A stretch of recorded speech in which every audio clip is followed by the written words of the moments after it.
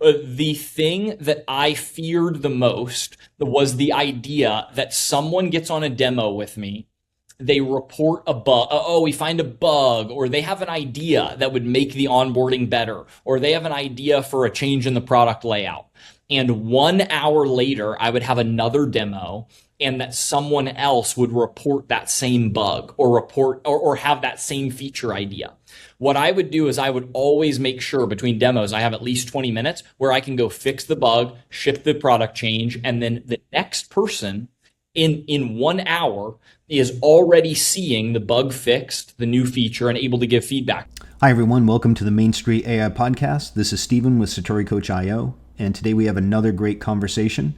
I'm joined by Parker Mays, co-founder and CEO of Inbound Revenue and the creator of Signify, a next-generation intent signal platform for B2B sales teams. Parker's path is the kind of story that agency owners and founders in our audience can really learn from. He built a lead generation agency, lived inside the operational pain of prospecting every day, and realized the tools available like Apollo, ZoomInfo, and Sales Navigator were only scratching the surface of intent signals. So he built Signify to close that gap. Now he's got agencies like Hawk SEM, Tribal Vision, and Volume 9 as customers, alongside SaaS companies and B2B sales teams. Let's dive in. Okay, great. Parker, thanks for joining. And I want to start with this really interesting agency to product journey. Yeah. I think it's one that a lot of agency founders are envisioning, right? They're dreaming about it, but it's difficult to execute. So you were running inbound revenue, you were doing prospecting and outbound work for clients. And my understanding is at some point you realized that the intent signal tools that were currently available just weren't cutting it. So could you walk me through that moment? When did you see that gap? And at what point did you decide to build Signal rather than just solve it internally? For sure. Yeah. So really interesting because, I spent 6 years in pretty much SDR world, right? 2 years full time for brands, 4 years running an outbound agency. And the interesting thing about spending that long kind of in the world is not only do you see it evolve a ton, but also you're really like aware of the problems, right?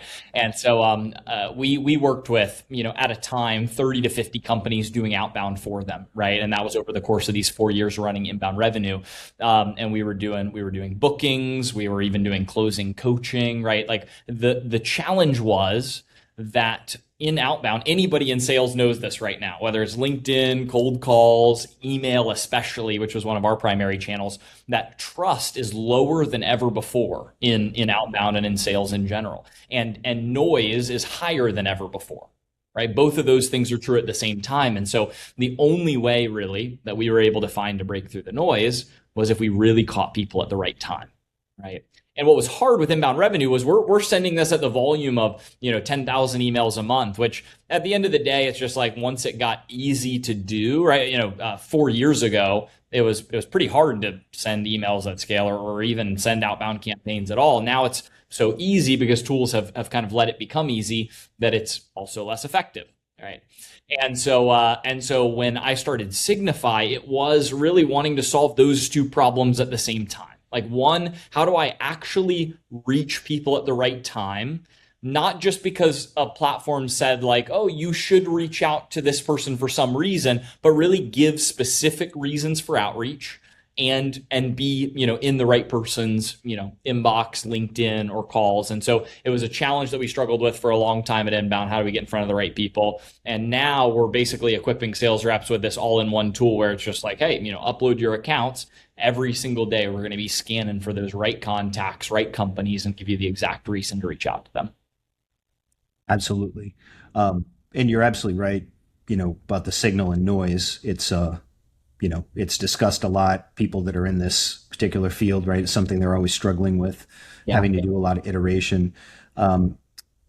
So you make the distinction that existing signals tell you when to reach out, but they don't give you anything specific to say. Yeah. Well, there's really two things. One, people who use signals right now, either it's just kind of black box, right? Someone at this company did something, right? So that's kind of one side. It's just kind of the general, you should reach out. And then there are some where it's like the general, think funding, or hiring or new to role. These are ones that everyone has access to. Like, hey, congrats on Series B. That person got that email, 100 times today already, right? And everyone wants that money. So those two things, I would just argue, are ineffective at giving you a real reason to reach out or being at the right time. What we're talking about here is custom, niche, specific, like you putting in. If you were manually going out and spending 8 hours a day researching companies, and that was your entire job all the time, then what would you be looking for? What would you be reading on LinkedIn? What posts would you be reviewing? What news sources would you be checking? And we're the aggregator of that data, so that if we scan 100 companies a day, there's 10 of those companies that you're like, boom, like today is the day that I should be reaching out to them. Yes. It sounds fantastic. And so I was actually just looking at a couple examples you show on the site of these signals that are unusually specific. So a prospect a prospect earning a G2 high performer badge in a particular category, a company posting roles requiring specific tool experience, so on and so forth. So those are very different from the funding rounds and job changes. That's right. Yeah. Yeah. I mean, and don't get me wrong, like, contact data, which is not, my specialty. A lot of these platforms were built as kind of contact data aggregators, and then they had to add intent signals on later, right? So some of the platforms that do it, because there's no shortage of platforms where they say, hey, we have intent data, they have it. But it wasn't the primary thing they were built around. They were built around contact data and added that on later. So at the scale of 300 million contacts in their database, they're not able to run as deep of a search as I am, that costs, multiple dollars per 100 contacts that you run, because the data is so in depth. And so just on their scale, it's not possible. What I would love to do, and what I'm working on right now, is how can I integrate with those contact data providers to give you the experience that is a huge, massive database they provide, with the quality depth of intent signals like you're mentioning there from, the ones you pulled on the website, right? It's both. You really want that intersection. That's what sales reps need in order to love their job and love the time that they spend prospecting. Because let's be honest, cold calling is no one's favorite thing to do. But if I could call, and I have the experience every single day where someone says, oh my gosh, like, it's crazy that you reached out right now. It's crazy that you knew that. It's crazy that 3 hours ago we posted a job, and then now you're calling me about, this new tool, right? And so that's the type of experience where you can wow them by creating the intersection of humans with AI, rather than these AI SDRs that are completely replacing, right, a human connection. Yes. And speaking of AI, that's the lens that we approach every conversation on this show. Yeah. It is the intersection of these more traditional businesses and emerging technology. So with Signify, you're accessing hundreds of data sources and generating a daily short list of scored accounts with specific reasons to reach out. Yeah. How much of that pipeline is AI driven versus rules based? And where do you see the biggest opportunities to push the intelligence layer further? Is that along the lines of what you were just talking about, or is there more? It's super good. So, couple of things. So right now it's like primarily scrapers that are going out and pulling the data right in. Then what's happening is AI is making the decision of which aligned with your signals that you gave it, custom signals, and then the data that the scrapers pulled. What is the intersection where it's valuable to surface for you? Because what reps are getting is 2 to 3 sources for that company that are the most relevant things that they could possibly reach out about. Right. So for me, for example, I reach out to companies that are hiring for SDRs and AEs because I know they're growing the go-to-market team. So like the AI is reading through 100 different links that were pulled and pulling those 2 right to the top of my attention, right, on this little company profile. And so that's an example, and then scoring from there. So what happens is every day when it scans those 100 companies, the top 10 that are scored is that second layer of AI. So first we're pulling which sources are most important, and then we're scoring it by how high, like, should that make the top 10 the short list or not. And so again, scoring the top sources by relevance, by date, by company fit, to actually pull those top 10 scores. Where I think there was a big opportunity is a lot of companies come in right now, and we have a beta version of it where it can actually make those lists of 100 every day for you. So it could go and find the 100 and score the 100 and surface the top 10. What most teams that are doing it right now, they upload their list of 5,000 contacts because they pulled it from their contact database. What I'd like to do is, I think if AI could, on a daily basis, really reliably guarantee I'm going to pull those great 100 companies in for you, whether it's from a great contact database or just from the internet, from doing research, then I'd get really excited about making that better. And that's what one of the things that our product team is working on, is not just upload your list of 5,000 contacts, but every day we'll find you 100 companies, and that being a great additional layer for those reps. Yes. Yeah, that does sound exciting. Yeah. I also noticed that a lot of your customers are actually agencies themselves. And that's interesting because you come from the agency world. Now you're selling back into it. Yeah. So if you could talk about that, like what does an agency's intent signal need to look like versus a direct B2B sales team? And That's a good question. Yeah. Yeah, the overall thing. So interestingly, like I came from marketing agency world before I started Inbound Revenue. So that was really the majority of our customers that we worked with when we were doing outbound sales, was those SEO, PPC, social agencies. Spent a lot of time getting to know that world, and so anyway, that is part of why there's so much of that as the early draw. Just we've spent a ton of time. We worked with hundreds of them over the years, and have made some really good friends who are open to not only beta testing it, but putting their new teams on it and new reps on it and that kind of thing. So you'll see that. I think that, if it's a B2B high ticket and doing outbound team, then Signify works, even for more niche things like we're talking about here. But what I'm seeing for marketing agencies, especially right now in the space, and being close to a lot of them, is, they're looking for ways to differentiate against tools, right? At the end of the day, a lot of companies are looking for either, I want to build one time some sort of marketing tool, or just any tool, right? And we can talk about this next, but like companies are looking to build tools to use internally because it's easier than ever, it's cheaper than ever, it's faster than ever, and I can customize it myself, right, and really own it. So what these marketing agencies and what a lot of agencies, consultancies are looking at is, how can we be like building the internal tool for ourselves or for our clients to use? How can we be owning the product rather than and using the moat, which is trust, to grow the company, rather than continuing to sell the same old $3,000, $5,000, $10,000 retainers, right? And so I think where Signify comes in for those agencies, consultancies that are trying to figure out where do we fit in this new world is, well, you got to be faster than other people. You got to be in people's inboxes. You've got to be going and getting in front of the right people. And so I think that's where Signify comes in, at least for those companies questioning kind of where do we fit in this new age of AI.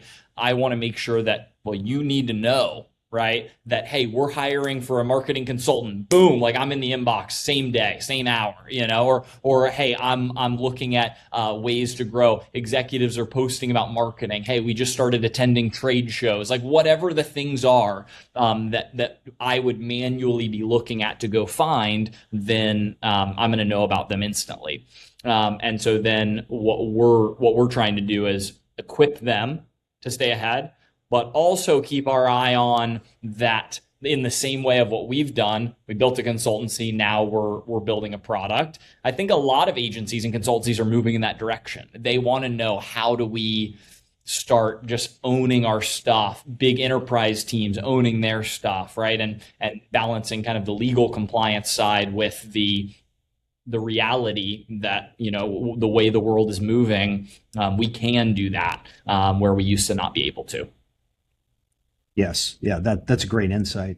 And would that be your best advice for, say, an agency founder who's listening to this right now, somebody who's just starting up and looking to get going in 2026?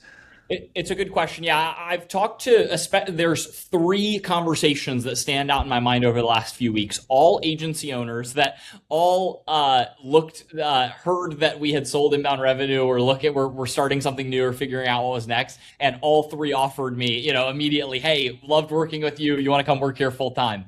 Now, my question to all three of them was the exact same, and none of the three of them had a good answer to it, which was, what does blank company look like 3 years from now? Mhm. What does blank company look like 1 year from now? What is the biggest challenge that blank company is having right now? And all three, their answer was the same. No idea 3 years from now, no idea 1 year from now. And the biggest challenge right now is, what direction do we build in? What direction do we create in? And I shared with all three of them the exact same feedback that I just shared with you, which is, hey, you guys are an SEO agency, you guys are a PPC agency, you guys are a conversion optimization agency. Like all three of these, that's kind of the world that all three of these guys played in. And I just said, how do you, knowing kind of where the space is headed, which is it's harder and harder to get these $5, $8, $10,000 retainers, how can we put together a product version of PPC, product version of SEO, product version of conversion rate optimization? You build it, you own it, you sell it to all your existing clients, on top of whatever retainer that you're doing, if that's the fit. Or you build the tool and then you go run ads against it and promote it, right? And so that was the one thing that I'm pretty convinced, just being on the inside of the marketing agency world, that 3 years from now, the idea that people are really paying your team $10K a month to be doing just marketing consulting services, to me, it feels far-fetched. I think that people are looking for ways to make that one marketing director that hired the agency, they're just looking to make them 10 times faster. And so if they had an SEO tool from this agency and a PPC tool from this agency and a conversion rate optimization tool from this agency, then for $1,500 instead of $30,000, they could optimize that one marketing director's job to have, her run those three tools and just be toggling between it. Because at the end of the day, agents, platforms, tools, it's all the same. Like our ability to multitask and context switch between a few different things. Like right now in the background, I've got two agents that are working on product things that I launched right before you and I got on. And immediately when I get off this, I'm going to jump back in and I'm going to go figure out what they did and how they prompted. And then I'm going to reprompt and we'll keep rolling, right? And so I think that humans are just going to get much better at context switching and moving with speed in that way.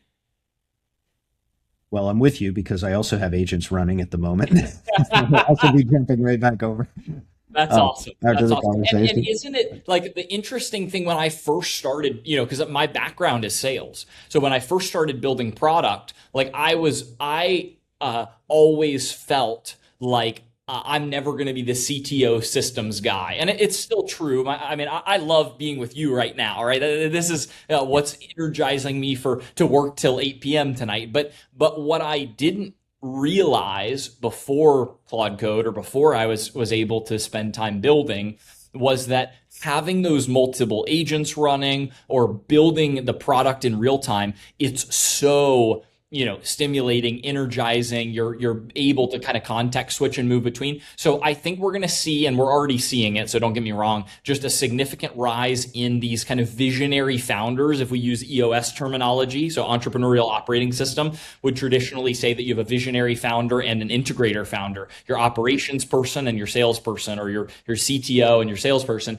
What I think is happening is we're seeing a merge of those where anyone can build, but the moat, like what's actually working to scale past $0 in revenue, which is where most of these vibe coded products are, is being able to relationship build trust, build brand in a world where anyone could build a product right? And so now kind of like that CTO role, it'll just be interesting to see what happens. I think that those end up merging and you've got kind of your go-to-market face. You still got your product team, you've got your go-to-market team, but that go-to-market is the thing that actually matters. Having a great product just is no longer really a competitive advantage at all because I can just go rip it off. Like that, it's pretty crazy, but It that's is. the world we're moving into.